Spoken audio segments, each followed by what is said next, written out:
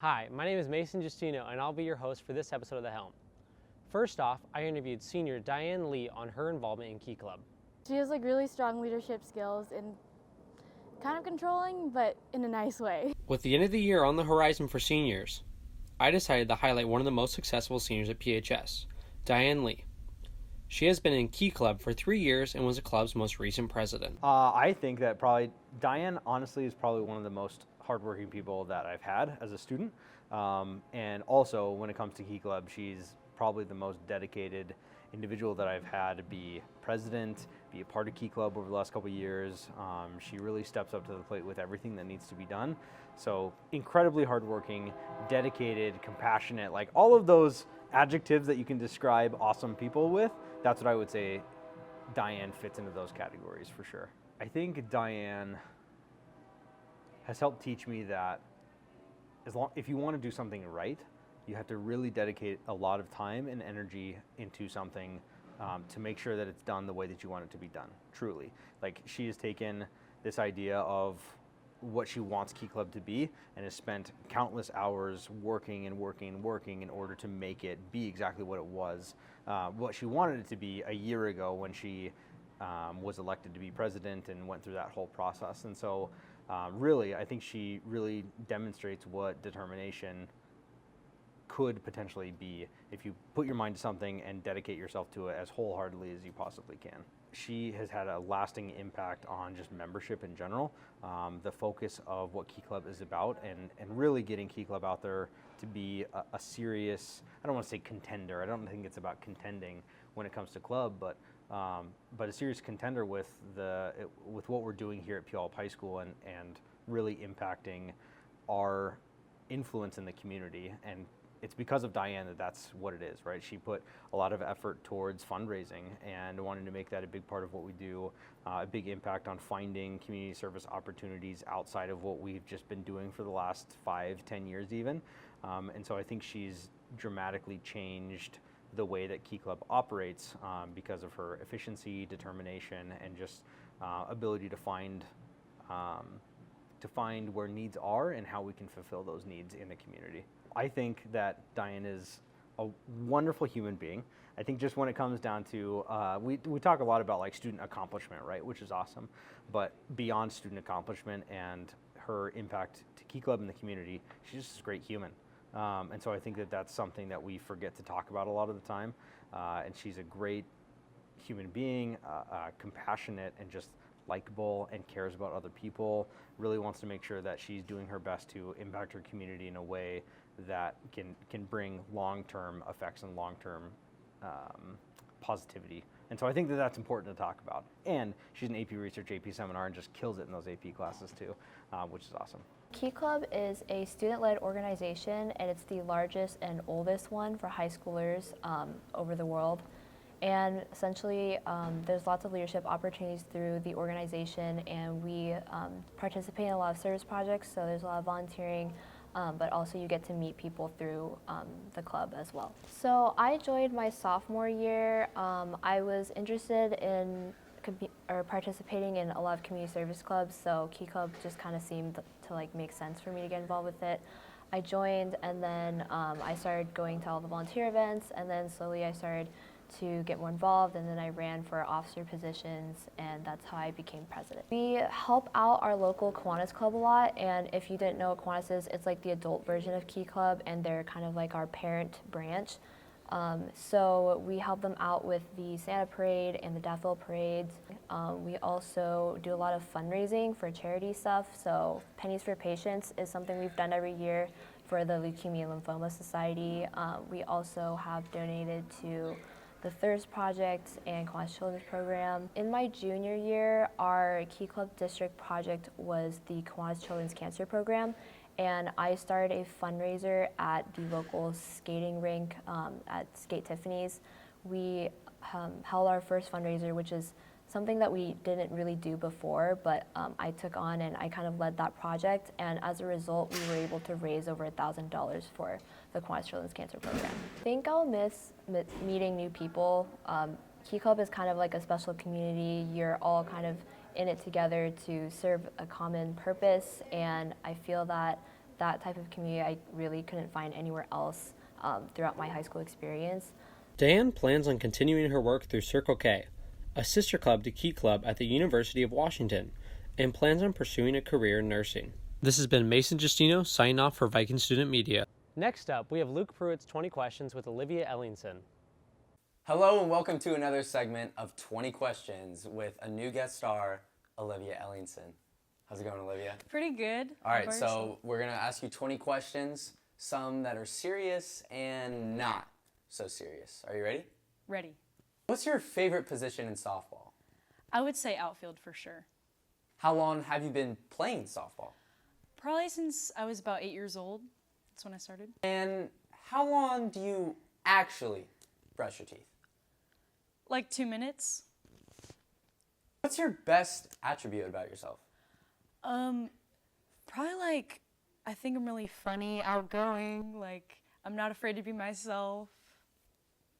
If you could be any breed of dog for a day, which one would you choose? Oh, for sure a pit bull because, I mean, I would just be intimidating to all the other dogs and it's like, it's my territory. Name one childhood show that you watched as a kid. iCarly. Loved it. Best show ever. If softball never existed, what sport would you rather play? Golf. Red Bull or Full Throttle? Red Bull all the way. And what's your pre-game ritual? Every game before we warm up, I always put my 4 pairs of rally glasses on, and they're really funny and unique. So, Having a .618 batting average so far in the season, what's your approach at the plate? I go to the plate, take a practice swing, look at my bat, take a deep breath, and go, no one better. Oh my God. So far, you guys have been to every high school, and what's your favorite field to play on? Curtis. What's your dream vacation? Hawaii. And now here's a new portion of 20 questions where I'm going to give you rapid fire questions that you'll have to answer as fast as possible. What's your favorite color? Blue. What's a food you hate? Mexican food. How old is your dog? 7 months. Pen or pencil? Pencil. Would you get a bowl cut if it means you got $1 million? Never. Ever. Ever. And what do you want your legacy to be at PHS? Just being someone that people can come to and being a really hard worker and leaving a positive outcome at PHS. And this has been another segment of 20 Questions with special guest Olivia Ellingson. And thank you for coming on. Of course, thanks for having me. Up next is a video on the school's new monument, reported on by Christina Rhodes and Katie Abigalen. On the afternoon of Friday, May 24th, 2019, students, staff, and community members gathered on the front lawn of Puyallup High School to honor Lieutenant Victor Leonard Candle in his life that had been greatly forgotten by the town where he had lived. Candle grew up in Puyallup, Washington. He attended Puyallup High School and graduated in 1939. About a year later, he decided to enlist in the Army after talk about the involvement of the United States in World War II started to increase. Candle's actions during his time of service awarded him with some of the highest honors given by the military. Longtime community and Puyallup Historical Society member Wayne Fass worked to help make Candle's story known. And when I heard that Lieutenant Kendall was a graduate of Puyallup High School and he didn't have a memorial for whatever reason as a Medal of Honor winner, worked with the VFW and the American Legion and a bunch of other groups to have him honored and properly honored at the place where he graduated high school. So Lots of time and effort was put into making this memorial by different people, groups, and organizations. It's not an easy task to create such a large monument. Within the first month of campaigning, they had proper funds. After that, it took about 6 months to create the structure itself. Why do we do this to begin with? Each year in our Memorial Day program, we read the names of Puyallup's war dead from World War I to today's conflicts. And after we announce Victor Lieutenant Candle's name, we follow with Medal of Honor. And the first time I heard this, I wondered, Candle, Medal of Honor, how come we don't know anything about that? Especially when we know so much about so many other local Medals of Honor awardees. The life that Candle lived during his time in the military was a great mystery to many. That was until his son, Terry Candle, discovered a shoebox in his mom's closet full of old letters Candle had sent her. I never knew much about my father until last summer while cleaning out my mom's house after she passed away. I found hundreds of letters that Leonard, my father, had written to my mom from 1940 through 1944 and related many details of his life. These letters show the collection, include many details of his life from enlisting in the Army in 1940 to being killed in action on the last day of 1944. One of Candle's grandsons, David, recalled working with the different organizations to make his grandfather's story known. But, as the letters came out that they were talking about, we started working with people like, what do we want to do with those letters to share it with people?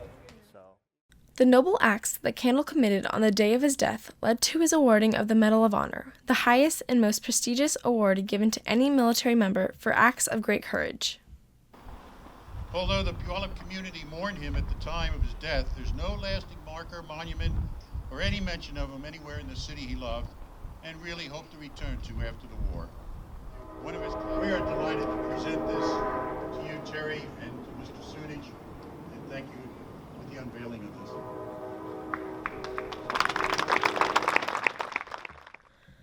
Candle's memory will now live and be known for students and generations to come. Signing off for Viking Student Media, this has been Christina Rhodes. Stay purple, Vikes!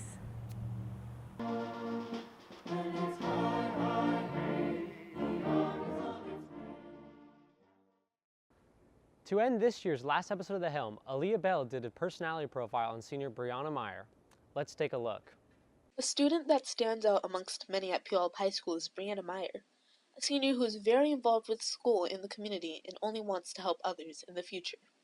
For the past 3 years, I've been doing medical classes from medical terminology, anatomy and physiology. I've been doing Medical Careers Academy this semester and Intro to My Careers last semester. And then I've done lab sciences all 4 years of high school.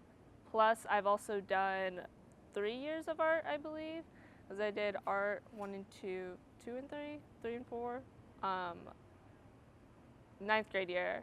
I did drawing 1 and 2 sophomore year, and then drawing 3 and 4 this year. So this year, I actually got to be a part of the food pantry and run it. And basically what we do in there is we help students and families here that are unable to afford the food necessarily, hygiene products. We help out especially during holidays.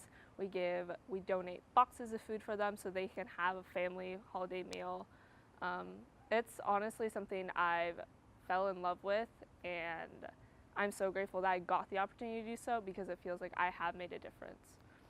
Being a part of HOSA, that contributes to my wanting to be a part of the medical field as a whole.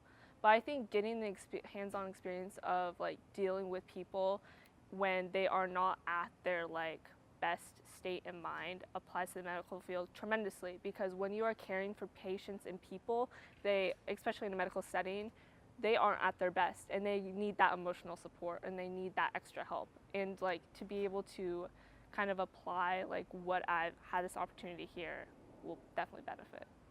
My overall goal, my overall want in my life and in general is I want to help people no matter what their needs or whatever, which is why I want to go in the medical field. In Puyallup, I would love to continue working with food places in the area to help people or homeless people in general get the food and support that they need. Thank you for watching the last episode of The Helm this year. If you want to see more personality profiles like this, check out the newspaper's edition of the Senior Times. Thank you, and go Vikes.